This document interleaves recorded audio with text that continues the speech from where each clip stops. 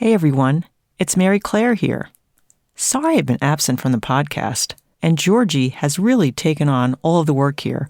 Inspired work. But I'm back. Let's do this. This is the Breaking Up with Binge Eating podcast, where every listen moves you one step closer to complete food freedom. Hosted by me, Georgie Fear, and my co-coach, Mary Claire Brescia. So, I was chatting with a client the other day. She was sharing with me her concerns about the challenge of weight loss as we get older, and her distress about her body. You know, when I was 20, she said, I could just cut carbs for a couple of weeks and drop a few pounds. Now that I'm in my 40s, it just doesn't work that way. It's so hard. Is this all there is? Do I just have to accept this? She was thinking about some upcoming trips and how she did not look the way she wanted. I'm carrying so much extra weight and I'm meeting people for the first time in person.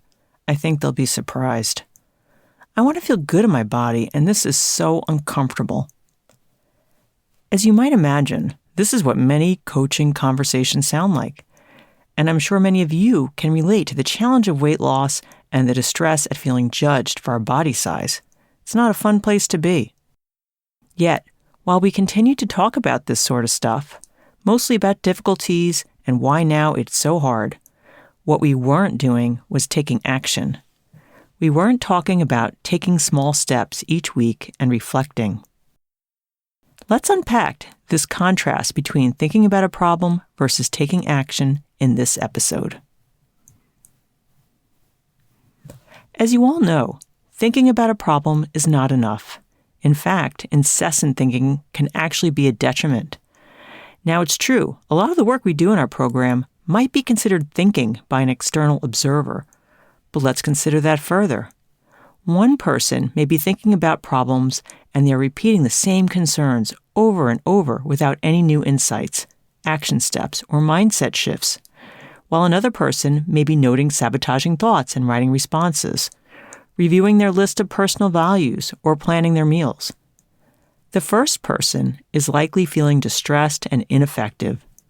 The second person maybe doesn't have it all figured out, but they are on their way. Which person are you? If you feel you may have gotten stuck, the secret is to take action.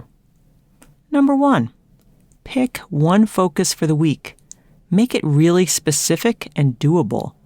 Resist the thought that it's not enough or it doesn't matter. Small steps are the way. Think of ways to make this focus easier. A supporting practice like setting reminders may be helpful. How do you know what to focus on, you ask? Well, let me ask you. Are you currently struggling with out-of-control binge eating? If the answer is yes, one of the most effective things you can do is to establish a regular pattern of eating. Plan 3 meals per day, plus 2 to 3 smaller snack-sized meals. Try not to go more than 4 hours between eating episodes. Consider this your home base. If you ever feel like you've lost your way, returning to the practice of regular meals is really helpful. If you are already doing this, if you are already eating your regular meals and not skipping meals, think more about your past week. What situations led to a slip-up? Think about that. What went wrong? Consider the chain of events. Is there an action that you may have taken that would have made that situation easier to handle? For example, if you didn't have dinner prepared and you came home exhausted and just snacked out of the pantry and it got out of control, some simple steps which might have made that situation easier to handle might be planning your meals, having emergency meals available in the freezer, keep food on hand that's simple to prepare. Notice the actions here were not to try harder, nor were they to beat yourself up for not getting things right. The action is a simple, doable step that makes life easier. Once you've settled on a helpful action, set up a practice of daily reflection. It can be a few lines in a calendar. Every day, make note of how your specific action is working out for you. Was it helpful? Was there another aspect that needs to be considered as well? Do a bit of celebrating if it's going well, and problem solving if it isn't. Uh-oh, I hear you. I hear the objection. Mary Claire, this small step is not enough. This step will not solve everything. This step will not get me where I want to go.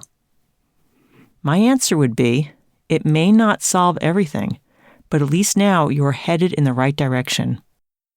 Give yourself the grace of figuring this out and implementing change step by step. I saw this in James Clear's weekly newsletter. Madeleine L'Engle, the award-winning writer and poet, who produced more than 60 books during her career on inspiration. She said, inspiration usually comes during the work rather than before it. She couldn't have said that better. Now it's your turn to act. What small step have you identified? How are you going to track progress? Get to work. We will be cheering you on.